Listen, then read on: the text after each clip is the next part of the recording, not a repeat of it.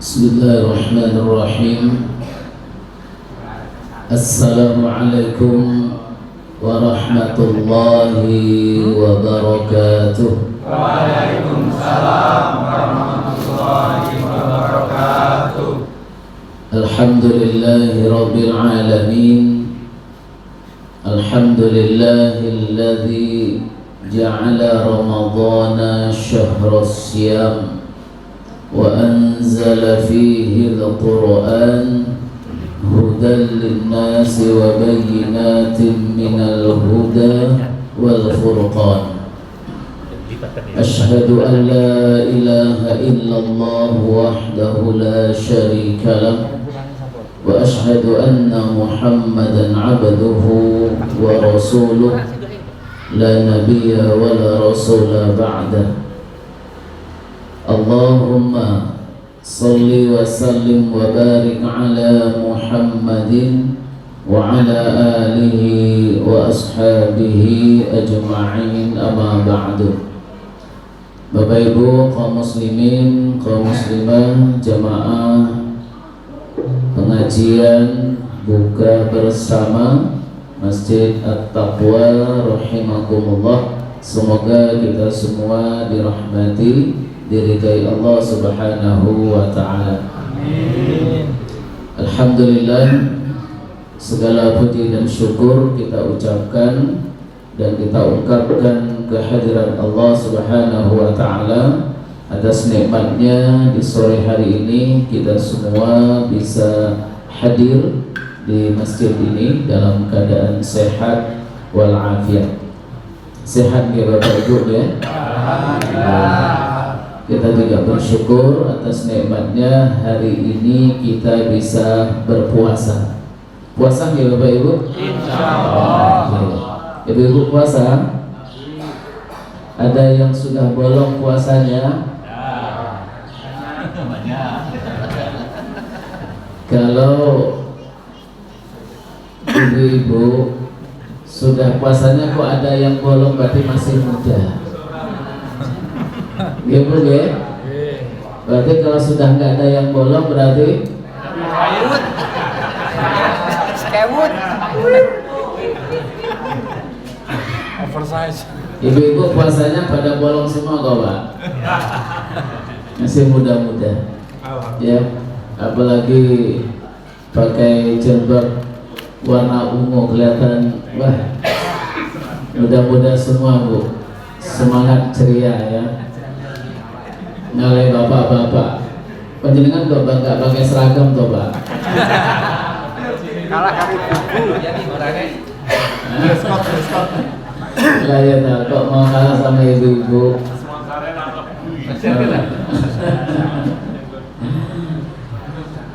Ya, selawat beserta salam kita doakan semoga tercurahkan kepada Nabi kita Muhammad sallallahu alaihi wasallam.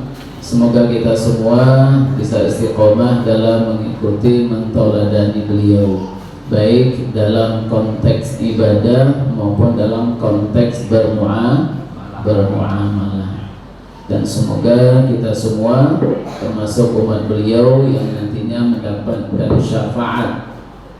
syafaat di hari di mana pada hari itu semua kita sangat-sangat membutuhkan syafaat. Ya, sangat membutuhkan pertolongan dari Rasulullah sallallahu alaihi wasallam. Bapak Ibu jamaah rahimakumullah, Ramadan ini kita kenal dengan syahrul ibadah. Ya, di samping namanya yang lain yaitu syahrul mubarak. Selain dari bulan barakah, Ramadan ini disebut dengan syahrul ibadah. Kira-kira kenapa Bapak Ibu? Kenapa Ramadan kok disebut dengan syahrul ibadah? Kira-kira apa? Karena Ramadan bulan yang memang diisi dengan banyak ibadah, berbeda dengan bulan-bulan sebelumnya. Ibu-ibu saya nanya, ibadahnya ibu-ibu bulan Ramadan banyak mana dari selain Ramadan? Banyak mana? Banyak Ramadan. Bapak-bapak banyak mana Pak? Banyak Ramadan. Karena apa? Karena di Ramadan itu Allah melimpahkan karunia-Nya, rahmat-Nya melebihi bulan-bulan yang lain. Maka itu disebut dengan barokah. Ya, ziyadatul khair. Ziyadatul khair itu adalah kebaikan yang bertambah. Kebaikan siapa yang bertambah? Kebaikan Allah. Allah tuh Maha Pengasih, Maha Penyayang, tetapi di Ramadan itu pengasih dan penyayangnya melebihi bulan-bulan yang lain. Kalau biasanya Bapak Ibu di bulan-bulan biasa kita kalau ibadah kullu hasanatin bi asyri amsalihha. Satu kebaikan itu dilipat gandakan 10. Ya, satu kebaikan 10 itu rahmat dan rahimnya Allah. Tapi kalau Ramadan dilipat gandakan berapa Bapak Ibu? Berapa kira-kira?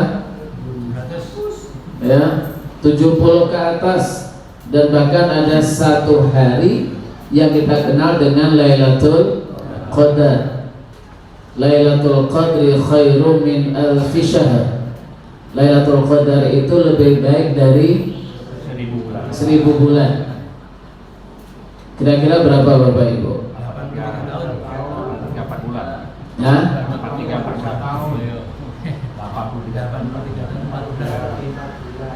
Lebih baik dari 1000 bulan.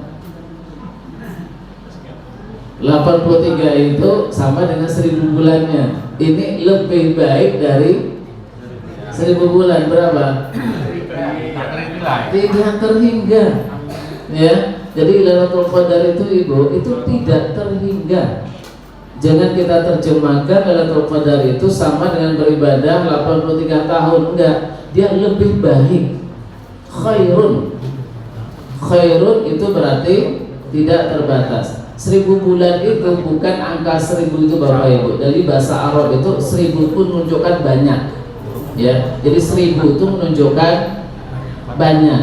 Jadi bukan angka 1000, bukan itu 1 sampai 1000 buatan.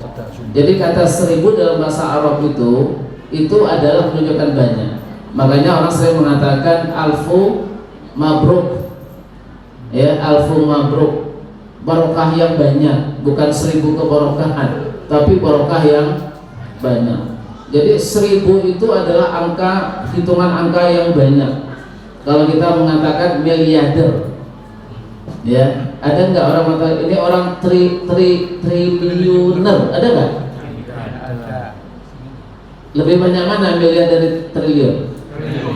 Tapi kenapa kok tidak dikatakan triliuner? Adanya miliuner. Hah? Adanya miliuner. Miliuner kan? Kok enggak triliuner? Artinya miliarder itu bukan uangnya cuma miliaran, bukan, bisa saja itu triliunan.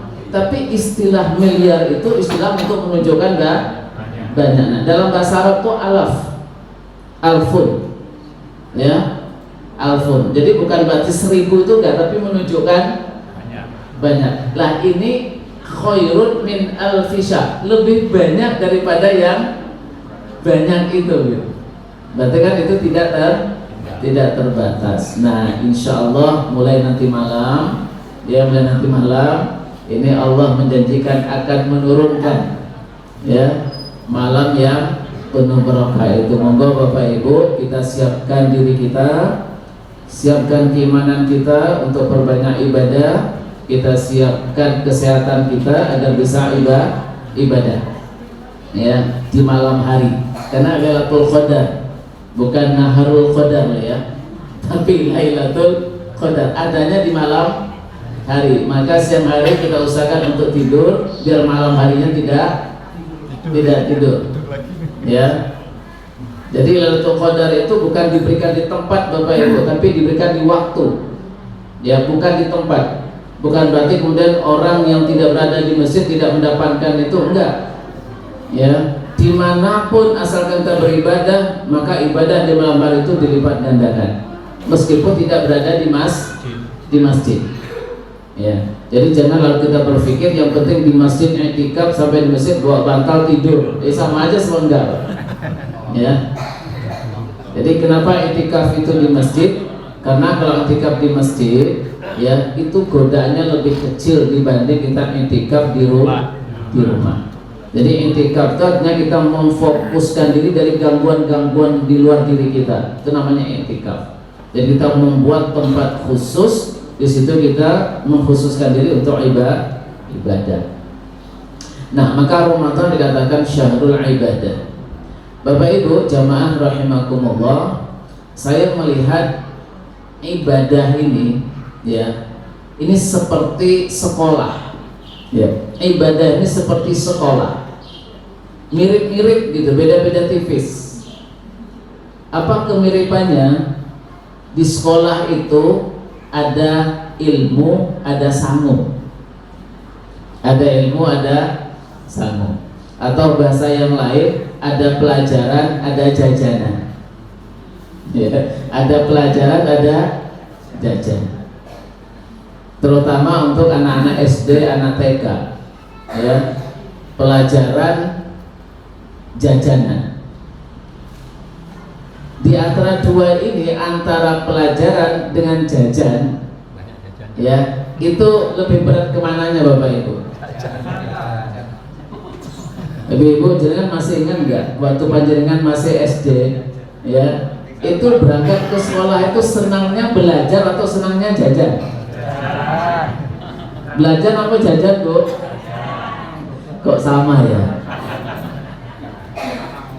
Pak, saya dulu Pak di SD itu pas lagi belajar kan pakai lonceng Pak, nggak pakai bel ya. Itu semua di kelas itu berteriak, hore! Ya, nggak diperintahkan keluar uang semuanya itu, ya. Pas di luar beberapa menit kemudian bunyi lagi,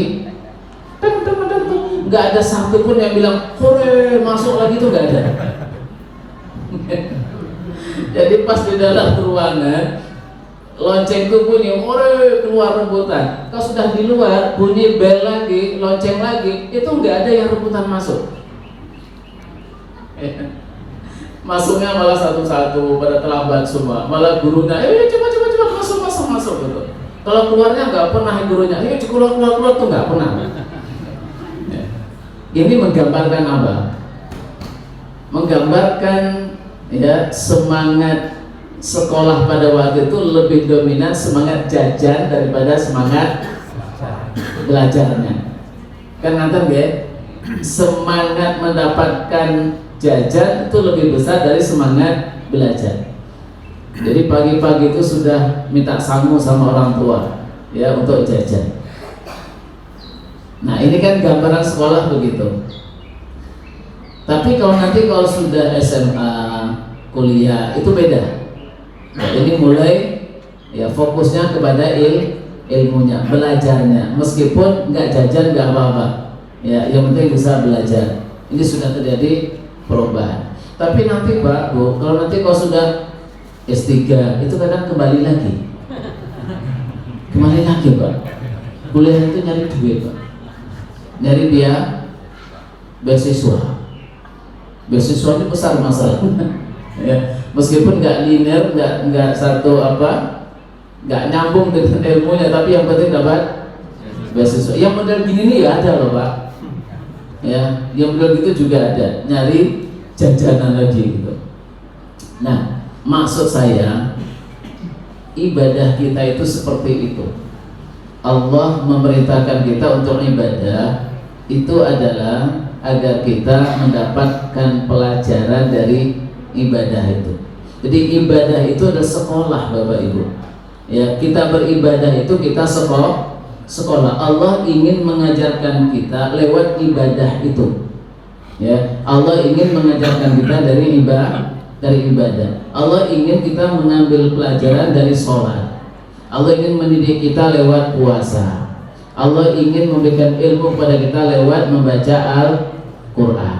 Jadi setiap ibadah itu sesungguhnya itu adalah proses pembelajaran bagi kita.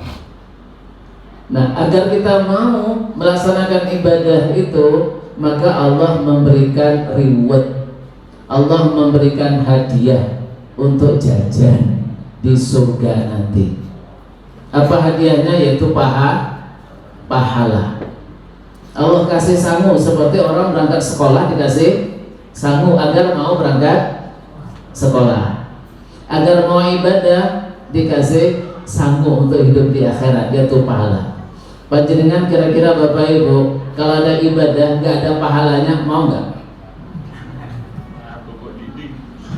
Bu, seumpama sholat itu nggak ada pahalanya, jenengan mau sholat apa buatan? Seumpama puasa itu nggak ada pahalanya, jenengan mau puasa apa buatan, Bu? Buatan nggak? Itu sama, Mbak, Bu. Ya, kalau nggak ada sangunya nggak mau berangkat sekolah. Ya, kalau nggak ada sangu nggak berangkat sekolah. Makanya ada nyanyi itu kan, kalau bukan kalau surga dan neraka tidak ada, mungkinkah aku akan bersujud kepadamu gitu. Jadi jangan-jangan sholat kita itu disebabkan karena kita berharap surga dan neraka itu. Jadi belajar ya dari ibadah itu yang Allah inginkan. Sehingga dalam ibadah itu ada pelajaran, ada ganjaran. Ada pelajaran, ada ganjaran. Nah, kita yang ingin kita cari apa? Ya dua-duanya kan, dua-duanya. Tapi yang dominan Bapak Ibu, ya yang dominan mayoritas umat Islam itu ibadah itu nyari ganjaran, bukan nyari pelajaran. Ya, yo ada yang mencari pelajaran tuh ada, tapi nggak banyak. Ya jenengan ini lah. Ya, cuman berapa orang ini dari pelajaran. Ya. Nggak banyak. Kebanyakan itu mencari ganjarannya. Contoh yang mudah kita pahami. Baca Al-Quran. Baca Al-Quran ibadah apa bukan? Ibadah ya. Kira-kira Allah menurunkan Al-Quran kepada kita karena Allah ingin ngasih kita pahala membacanya, atau karena Allah ingin kita mendapatkan ilmu dari Al-Quran itu, mendapatkan nasihat dari Al-Quran? Kira-kira apa itu Bapak? Tujuan utama Allah menurunkan Al-Quran itu adalah hudal linnas. Dzalikal kitabu la raiba fi hudal linnas. Kan gitu hudal lil muttaqin linnas. Syahrul Ramadan alladzi unzila fihi al-Qur'an hudal linnas. Ini yang hudal linnas wa bayyinatin minal huda wal furqan. Di bulan Ramadan itu pertama kali Allah menurunkan Al-Quran itu sebagai petunjuk bagi manusia. Jadi Al-Quran itu sesungguhnya adalah petunjuk, nasihat, pelajaran bagi kita dalam menjalani kehidupan. Jadi Allah menyuruh kita membaca Al-Quran itu agar kita mendapatkan nasihat dari Allah. Ya, baca Al-Quran agar dapat nasihat, sehingga kita bisa membedakan mana yang benar, mana yang salah, mana yang baik, mana yang buruk. Ya, mana yang boleh dilaksanakan, mana yang tidak boleh. Inginnya Allah itu begitu Bapak Ibu. Ya, inginnya Allah kita baca Al-Quran agar kita mendapatkan petunjuk, sehingga kita dalam menjalani kehidupan ini tidak menyimpang dari rel yang Allah inginkan. Agar kita mau baca Al-Quran itu Allah kasih pahala, Allah kasih bonus, Allah kasih sangu. Setiap huruf Allah kasih pahala 10. Nah, sekarang tinggal kita baca Al-Quran, ingin nyari ilmu atau ingin dapat sangunya? Dua-duanya. Panjenengan baca Al-Quran tahu maknanya, jadi baca tahu maknanya, baca terjemahnya. Kadang-kadang ada ibu-ibu yang pernah khatam baca terjemahan 2 kali. Ada yang khatam baca terjemahnya 1 kali. Belum, katanya nyari ilmu. Ada yang khatam baca Arabnya itu 2 kali. berserakan banyak banget. 10 kali masih ada yang angkat tangan, 20 kali masih ada yang angkat tangan, 30 kali saya yakin di sini ada yang angkat tangan, bahkan 50 kali pun ada yang di sini sudah khatam 50 kali. Ya, yang usianya hari ini 60 itu bisa 50 itu Ramadan sekali, ada yang 2 kali malah. Ya.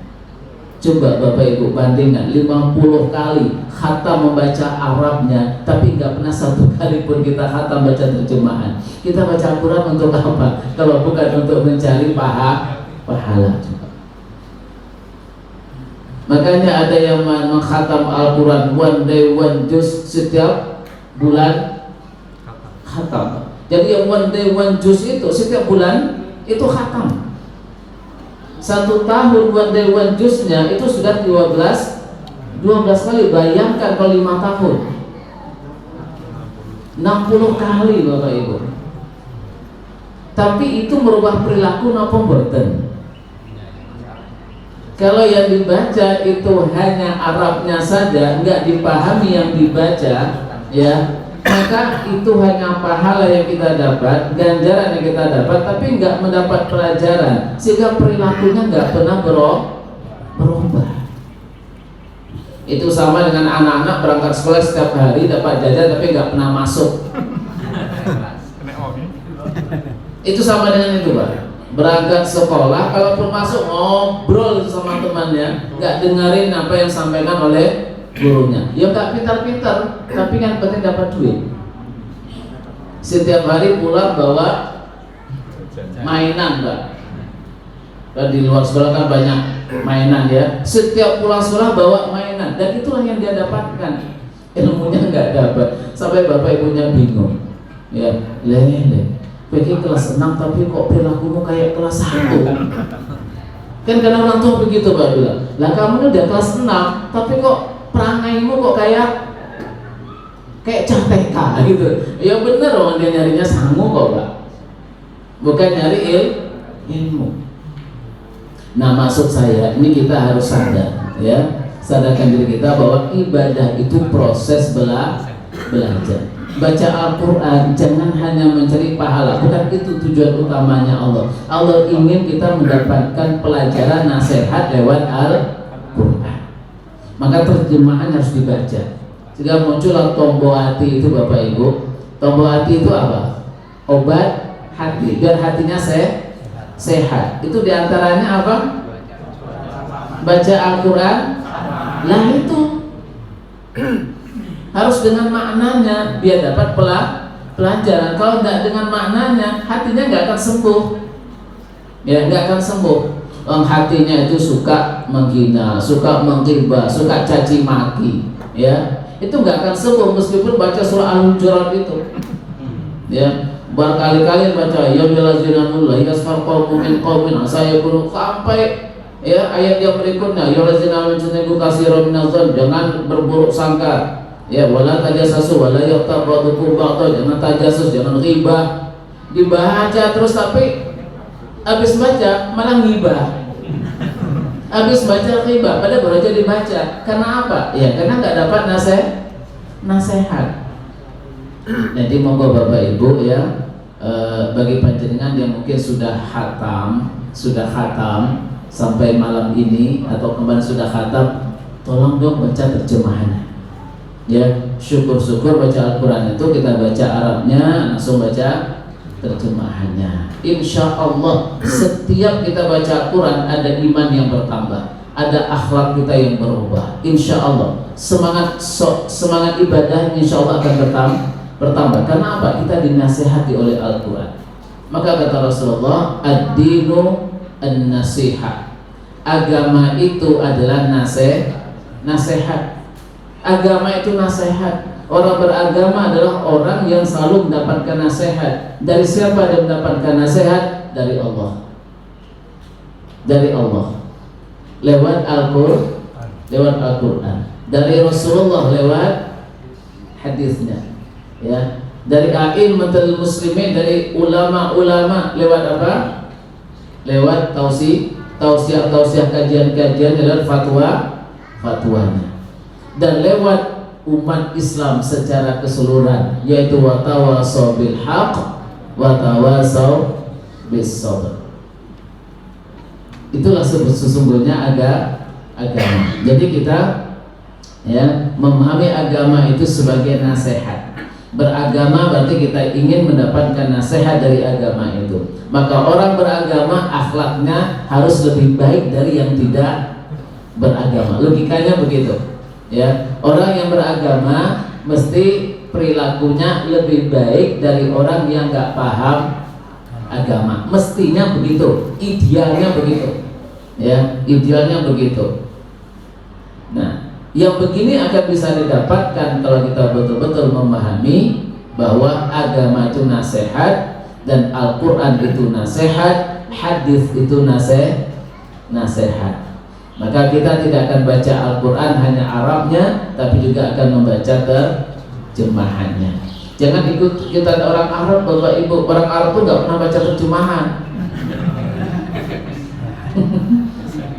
Loh, kita kan ittiba Rasul. Rasul itu nggak pernah baca terjemahan. Baca terjemahan juga berarti nggak ittiba Rasul. Ya beda, makomnya beda, Pak. Ya, dengan sosok ittiba Rasul. Ya. Makomnya beda. Orang Arab tuh baca langsung paham lah, kita baca bolak-balik gak paham. Ya. Nah, ini jelas bahwa ibadah itu ada pelajaran. Nah, termasuk juga Bapak Ibu ibadah-ibadah yang lain, termasuk ibadah puasa. Allah mewajibkan kita puasa ini adalah karena Allah ingin memberikan pelajaran yang sangat berharga bagi kita, ya, untuk kehidupan kita lewat berpuasa. Ya, banyak pelajaran Bapak Ibu, mulai dari pelajaran ikhlas, kemudian belajar sabar, belajar syukur, ya, belajar zikir, belajar mengendalikan hawa nafsu. Banyak banget pelajaran lewat puasa. Agar kita mau puasa maka diberi reward. Apa rewardnya? Dosanya diampuni. Itu rewardnya. Tapi manusia yang dicari adalah rewardnya. Iya, kalau dapat, kadang-kadang reward juga tidak dapat. Maka dalam konteks inilah Bapak Ibu, kok kelihatan muda-muda semua, menceling semua Bapak Ibu, kena cahaya. Dalam konteks inilah Rasulullah itu mengatakan apa? Kam min shaimin laisa lahu min siyamihi illal ju' wal atas. Banyak orang yang berpuasa tapi tidak dapat apapun dari puasanya kecuali lapar dan dahaga. Setelah saya menyampaikan ini, jenengan mesti bisa menjawab. Yang dimaksud tidak dapat apapun itu apa? Banyak orang yang berpuasa nggak dapat apapun. Ini kan umum banget nih. Nggak dapat apapun dari puasanya kecuali haus dan lapar. Pertanyaan saya, nggak dapat apapun. Apapun itu apa? Pahala. Nggak dapat pahala, nggak dapat ampunan, nggak dapat apa lagi? Pelajaran. Nggak dapat pelajaran. Artinya apa? Dengan berpuasa perilakunya nggak berubah. Dengan berpuasa imannya nggak bertambah. Pada kata Rasulullah SAW, fi malabis jadid walakin na'im imanuhu yazid. Hari Lebaran itu besok 1 Syawal itu bukan ditandai dengan banyaknya pakaian yang baru, kata Rasulullah, tetapi itu diwarnai dengan imanuhu yazid, yaitu imannya umat Islam pada bertambah semua. Dan itu diwujudkan, terlihat dalam bentuk ibadahnya yang meningkat, akhlaknya yang semakin baik. Karena apa? Sempurna iman itu adalah akhlaknya yang baik. Jadi akhlak yang baik itu adalah iman yang sempurna. Itu adalah akhlaknya baik. Ciri khas ya iman yang sempurna itu adalah terletak pada akhlaknya yang baik. Akhlaknya yang baik. Maka sering dikatakan oleh Rasulullah, "Man kana yu'minu billahi wal yawmil akhir falyaqul khairan aw liyasmut." Kalau kamu beriman pada Allah dan hari akhir, kamu jangan ngomong yang enggak baik-baik. Kalau enggak bisa ngomong yang enggak baik-baik, lebih baik diam. Itu akhlak dalam berbicara. Ya. Kalau kamu mengaku beriman pada Allah dan hari akhir, muliakan tamumu. Itu juga akhlak memuliakan tamu. Kalau kamu mengaku beriman pada Allah dan hari akhir, fal yuhsin jarah, berbuat baiklah kepada tetangga. Nah, jadi indikasi iman itu ada pada akhlak yang baik, ada pada ibadah yang baik. Ini sesungguhnya dan ini adalah hasil dari ibadah puasa. Tapi kata Rasulullah, banyak yang berpuasa tapi nggak dapat apapun, pelajaran nggak dapat, ganjaran nggak dapat. Yang dapat hanya lapar dan haus. Ya, Bu, puasa ini luar biasa loh, Bu. Satu-satunya ibadah yang mengajarkan keikhlasan itu ada di puasa. Ya. Ikhlas itu apa? Ikhlas itu ibadah kita nggak dipengaruhi oleh orang, oleh makhluk. Ya, yang mempengaruhi ibadah kita hanyalah Allah. Ya, puasa itu yang mempengaruhi hanyalah Allah. Manusia nggak bisa mempengaruhi. Kenapa? Kita nggak bisa memperlihatkan puasa kita kepada orang lain. Ada nggak orang yang riya dalam berpuasa? Ada nggak, Pak? Orang puasanya riya agar dilihat orang, ada nggak? Ada nggak, Bu? Ada nggak orang berpuasa riya ingin dilihat orang, ada nggak? Caranya gimana? Caranya memperlihatkan saya lagi puasa ini gimana cara melihatnya? Memperlihatkannya. Jalannya gini. Kenapa, Bu? Puasa. Puasa apa kelaparan? Terus temannya bilang, "Oh, teman saya juga lemas gitu, tapi bukan kena puasa, kok kenapa? Gak tidur semalaman." Ya, puasa tuh gak bisa dilihat kepada siapapun. Maka kata Rasulullah, di deskripsinya Allah mengatakan apa? Ya, asyam, puasa itu adalah li. Puasa itu hanya untukku dan hanya karena aku, kata Allah. Wa ana ajzi bih, dan hanya akulah yang akan membalasnya. Karena orang puasa itu gak mungkin untuk orang lain, gak bisa diperlihatkan. Ya, gak bisa diperlihatkan. Disitulah kita dilatih oleh Allah bagaimana kita beribadah tidak dipengaruhi oleh siapapun. Ya, panjenengan puasa kan tidak ada orang yang mempengaruhi, ya Pak. Mau sendiri ada orang, ya sama. Kualitas puasanya sama. Ada orang, nggak ada orang, kualitas puasa kita sama, Bapak Ibu. Beda dengan ibadah yang lain.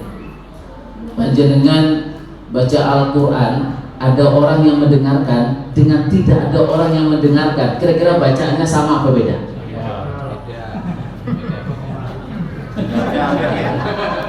Ini baca Al-Quran disemak sama orang lain dengan tidak disemak, itu kira-kira bacanya lebih baik yang mana? Disemak itu baik bacanya, Pak. Kenapa? Ada yang nyimak. Panjenengan sholat jadi imam, ada makmumnya, dengan ketika nggak ada makmumnya sendirian, kira-kira surahnya sama nggak yang dibaca?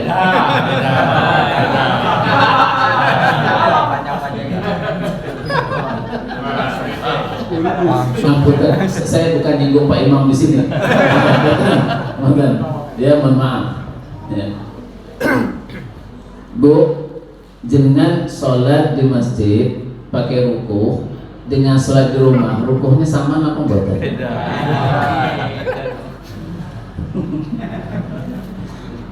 Panjenengan sholat sunnah, ada orang di belakang perhatikan. Ya, kira-kira sholatnya itu tumakninahnya sempurna apa enggak? Wah, itu. Jadi ibadah itu kalau dilihat orang itu ada kecenderungan kita untuk memperbaiki kualitasnya. Untuk siapa? Untuk orang itu, karena orang itu. Tapi ada nggak orang berpuasa Kalau pas ada orang, wah, puasanya dibaik-baikin gitu. Kalau nggak ada orang, puasanya biasa. Apa bisa? Nggak bisa. Puasa itu ada orang dan tidak ada orang juga sama. Inilah Allah mengajarkan kepada kita bagaimana dalam ibadah itu tidak dipengaruhi oleh siapapun. Kita belajar dari berpuasa tidak dipengaruhi oleh siapapun ibadah, kualitas ibadah dan kuantitas ibadah kita. Nggak ada satupun yang mempengaruhi kecuali hanya Allah. Nah, diharapkan terhadap ibadah-ibadah yang lain, ibadah sholat, ibadah haji, ibadah baca Al-Quran, ibadah zikir, ibadah sedekah, diharapkan kita melaksanakan itu seperti kita melaksanakan ibadah puasa. Luar biasa loh Bapak Ibu, ikhlas itu. Karena ikhlas itu penjaga pahala, penjaga sangu tadi loh Pak. Kita ibadah dapat sangu gitu ya. Nah, sangu itu dirawat oleh keikhlasan. Sangu yang Allah beri dari ibadah kita itu dijaga oleh keikhlasan. Kalau ikhlasnya tidak menjaga, itu pahalanya hilang, kececer kemana-mana. Ya, digambarkan oleh Allah, famathaluhu kamathali safwanin alaihi turab fa asabahu wabilun wa taraka musabban. Jadi orang yang tidak menjaga keikhlasan itu riya, ya, dalam beribadah itu seperti orang yang mengumpulkan pasir di atas batu, terus kemudian dicurahi hujan yang deras. Apa yang terjadi? Pasirnya hilang semua. Hilangnya pasir itu gambaran hilangnya pahala dari amal soleh. Hilang semua pahalanya, tinggallah amal soleh tanpa pahala, batu tanpa pasir di atasnya, disebabkan kena curahan hujan, itu curahan riya. Orang riya itu seperti orang yang bawa air dari sungai, ya, bawa air di dirijennya, tapi kemudian bawahnya bocor, sampai di rumah habis. La tubtilu shadaqatikum bil manni wal adha. Jangan kau hapus, kau batalkan pahala sedekahmu dengan kau ceritakan ke orang lain dan kau sebut-sebut pada orang itu, bahkan nyakiti orang itu. Pak, jenengan ingat enggak 5 tahun yang lalu jenengan datang ke rumah saya, kondisi jenengan gini. Kalau bukan saya yang membantu jenengan saat itu, jenengan hari ini enggak akan kayak gini loh Pak.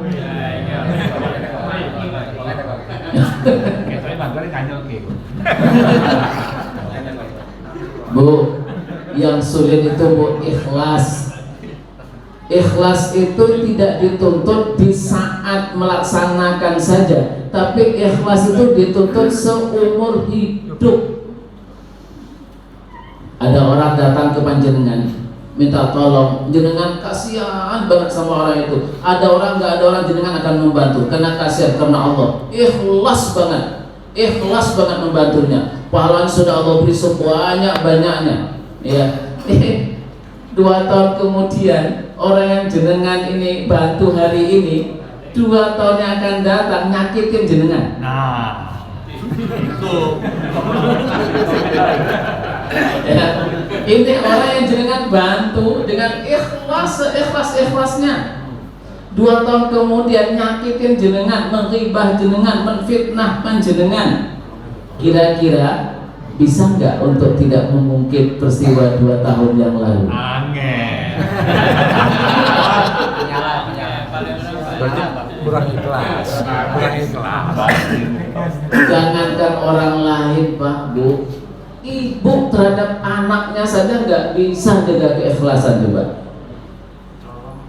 Ya, ibunya sudah sepuh, butuh perhatian dari anaknya, ketika sakit ingin anaknya datang jenguk, ngerawat, menolong, dengan kesibukan anaknya segala macam, ngapunten, nggak bisa gini-gini. Nah, kamu ingat nggak? Nah, mulai kan, mulai gitu. Ya, mulai kamu umur segini, siapa yang merawat kamu? Wah, mulai siapa yang menyusuimu, siapa yang beginimu, siapa yang begini. Ya, sekarang tidak ibu ikhlaskan semua itu. Coba. Orang tua terhadap anak saja bisa hilang keikhlasannya, apalagi terhadap anak orang. Ya, apalagi terhadap anak orang. Oh, anaknya sendiri saja sudah begitu. Suami ke istri, suami bilang, kamu tahu nggak ketika kamu kunikahi kondisimu seperti apa?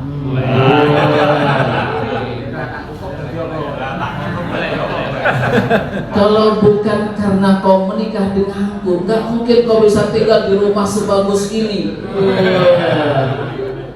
Habis Pak semuanya itu, habis semua itu. Jadi ikhlas itu yang berat itu bukan ikhlas di saat melakukan, tapi ikhlas itu yang berat adalah menjaganya. Dan itu diajarkan oleh Allah kepada kita lewat puasa. Kalau kita puasa 1 bulan kok keikhlasan tidak bertambah, itu masuk kategori kam min shaimin. Masuk kategori orang yang berpuasa tapi nggak dapat shaimin. Orang puasa nggak dapat shaimin. Shaimin yang nggak dapat apa-apa. Imin yang nggak dapat apa-apa, hanya dapat imin gitu. Ya. Itu baru 1 loh Pak, baru ikhlas. Ya. Apalagi yang didapatkan syukur. Ya, syukur. Kita itu syukur itu, ya, kita baru merasa ada nikmat Allah dan kita syukuri nikmat itu ketika nikmat itu ada apa ketika nikmat itu hilang? Bu, panjenengan merasa ada nikmat Allah tuh ketika nikmat itu ada apa ketika nikmat itu sudah tiada? Tiada. Kebanyakan kita baru merasa nikmat itu ada ketika nikmat itu sudah tiada. Kebanyakan kita merasa gigi ini baru berfungsi, baru merasa nikmat ada gigi ketika sudah ompong nggak punya gigi. Kita baru merasakan nikmatnya sehat kalau sudah sakit. Tapi apa yang mau disyukuri lagi? Sudah nggak ada, ya kan? Sudah nggak ada yang disyukuri. Yang ada hanya penyesalan. Kenapa dulu pun nggak syukuri? Ketika ada itu nggak pernah kita syukuri. Orang itu kalau makannya enak terus itu akan terasa tidak enak. Orang itu kalau makannya enak terus dia akan merasa tidak enak. Enak itu terasa kalau diselingi dengan yang tidak enak. Ya. Baru terasa enak setelah makan yang tidak enak. Sehat itu baru terasa nikmat kalau pernah sakit. Oleh karena itu Allah membuat nikmat pada diri kita itu, Allah datangkan nikmatnya, kemudian Allah ambil nikmat itu. Allah datangkan lagi, Allah ambil lagi. Agar apa? Agar kita bersyukur dan merasa nikmat itu. Nah, puasa ini mengajarkan itu. Bukankah selama ini kita siang bisa makan, bisa minum? Yang mungkin selama kita bisa makan, bisa minum, bisa berhubungan suami istri, kita nggak pernah bersyukuri itu. Kita lupa kalau itu sebuah nikmat, maka Allah ambil nikmat itu. Allah ambil di Ramadan, di siang hari kamu nggak boleh berhubungan, kata Allah. Di siang hari kamu nggak boleh makan, kamu nggak boleh minum, biar kamu merasakan selama ini Allah berikan kamu boleh makan, boleh minum, boleh berhubungan, itu sebuah kenikmatan. Biar kamu merasakan, ku ambil dulu, ya, ku ambil dulu kata Allah. Nanti ku datangkan lagi, biar ketika ku datangkan itu kamu betul-betul merasakan adanya kenikmatan yang kuberikan. Maka di saat kita berbuka itu dituntut betul, di saat itu kita bersyukur. Maka kita ungkapkan, ya, Allahumma laka sumtu wa bika amantu wa ala rizqika aftartu.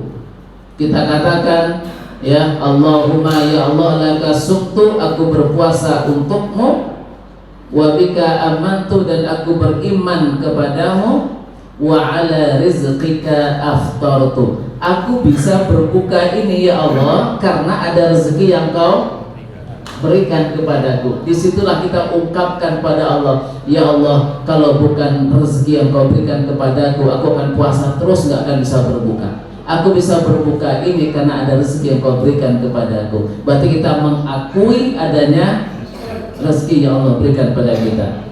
Disinilah wujud syukur kita. Nah, maka pelajarannya luar biasa, ya, lewat puasa itu, ya, sesuatu yang sulit untuk kita dapatkan dalam hidup ini adalah syukur, ya. Udah habis Pak jamnya.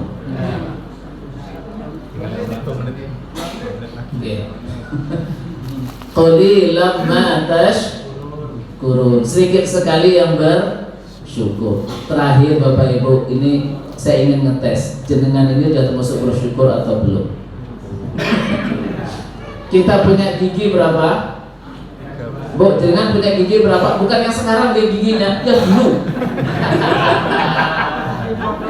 Pak, jenengan punya gigi berapa yang dulu Pak? Bukan sekarang. 3?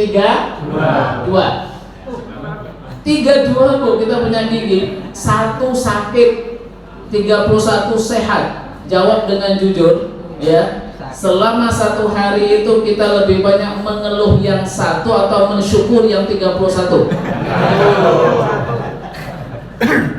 Bu, jenengan pas gigi 1 yang sakit, 31 sehat, jenengan lebih banyak mengeluh yang 1 yang sakit atau mensyukur yang 31 yang sehat? Cuma 1 loh Pak yang sakit, coba dibalik. 31 sehat, yang sakit cuman satunya sehat, yang sakit 31. Apa yang terjadi? Kaki atas, kepala bawah, bengak-bengok pokoknya udah kayak orang gila sudah itu. Ya, sulitnya untuk bersyukur. Semoga dengan Ramadan ini, ya, kita berpuasa. Mari Bapak Ibu kita ambil pelajarannya. Mari kita ambil pelajaran syukur, ambil pelajaran ikhlas, ya, termasuk yang belum kita bahas, sabar, ya, melatih kita untuk merasakan adanya pengawasan dari Allah, dan yang terakhir kita mengendalikan hawa nafsu kita. Semoga dengan Ramadan ini kita dapat 2 hal. Yang pertama, mendapatkan pelajaran yang ditandai dengan, ya, perilaku kita semakin baik, iman kita semakin meningkat. Yang kedua, mendapatkan ganjaran. Amin Allahumma amin. Demikian, semoga bermanfaat, dan mari kita tutup dengan doa, ya, sekaligus doa makan. A'udzubillahi minasyaitonir rajim. Bismillahirrahmanirrahim. Alhamdulillahirabbil alamin, hamdan syakirin, hamdan na'imin, hamdan yuwafi ni'amahu wa yukafi'u mazidah. Ya Rabbana lakal hamdu kama yanbaghi li jalali wajhika wa karimi 'azimi sultanik. Allahumma shalli ala Muhammad wa ala ali Muhammad. Allahumma ighfir lana dzunubana wa li walidina warhamhum kama rabbawna shighara. Allahumma taqabbal minna salatana wa siyamana wa ruku'ana wa sujudana wa ta'budana wa taqsirana ya Allah ya rabbal alamin. Allahumma inna nas'aluka ridhaka wal jannah wa na'udzu min sakhatika wan nar. Allahumma innaka 'afuwun karim tuhibbul 'afwa fa'fu 'anni. Allahumma barik lana fima razaqtana wa qina adzaban nar. Wa sallallahu ala sayyidina Muhammad wa ala alihi washabbihi ajma'in. Walhamdulillahirabbil alamin. Demikian, assalamualaikum warahmatullahi wabarakatuh.